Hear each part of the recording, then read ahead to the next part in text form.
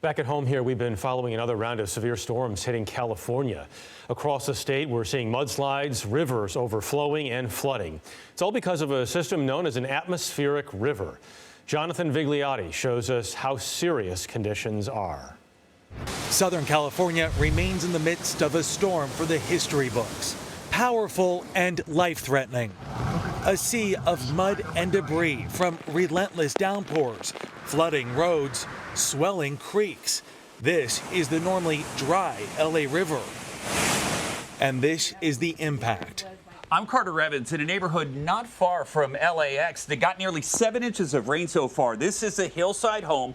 The woman who lives here says she heard tree branches cracking last night, and then this, a wall of mud smashes right into her bedroom. It's still slowly seeping in right now, and the worst part is she says insurance won't cover it. That's the refrigerator. We were on this road in the city's heavily populated San Fernando Valley, where a wall of mud and boulders came crashing down. 16 people were evacuated. Devastating conditions seen throughout the region.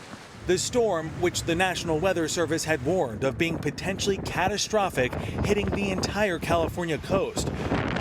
To the north, wind gusts topped 100 miles per hour. The Sacramento River, a raging current. In San Jose, just one of numerous rescues from rising floodwaters.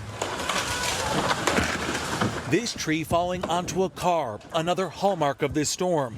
Uprooted trees causing at least 3 deaths and major damage. The result of ground now saturated from a series of atmospheric rivers. Watch what happens to this tree in the community of Loomis. Back in Los Angeles, residents are still coming to grips with a storm for the ages. And Jonathan joins us now. Jonathan, what is it like being in the middle of one of these atmospheric rivers? How powerful are these storms? Jeff, it's pretty intense. You have soil that's oversaturated, a lot of rain that has nowhere to go. You can see the conditions here perfectly primed for landslides and mudslides. You're looking at a home, what is left of it after being destroyed by a landslide. The physical property of this home was actually back there up against the canyon wall. It was pushed by all of that water off its foundation.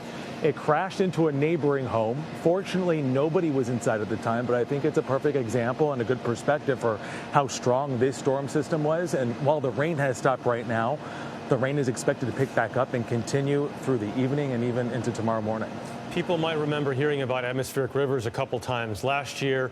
Right now, should we expect to hear more about them in the future?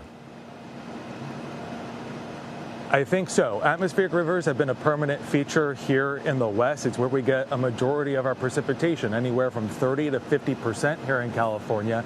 As they sound, a river of water, moisture in the sky. The data suggests that climate change is amplifying the effects of them, and for a number of reasons. You have the warming oceans, which put more vapor into the atmosphere, making these storms bigger.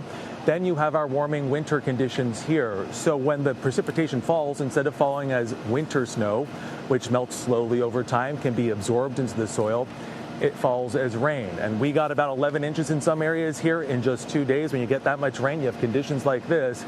And the science seems to suggest we could expect more of these kinds of extreme weather events here in California in the years to come, Jeff. Jonathan Vigliotti, thank you very much.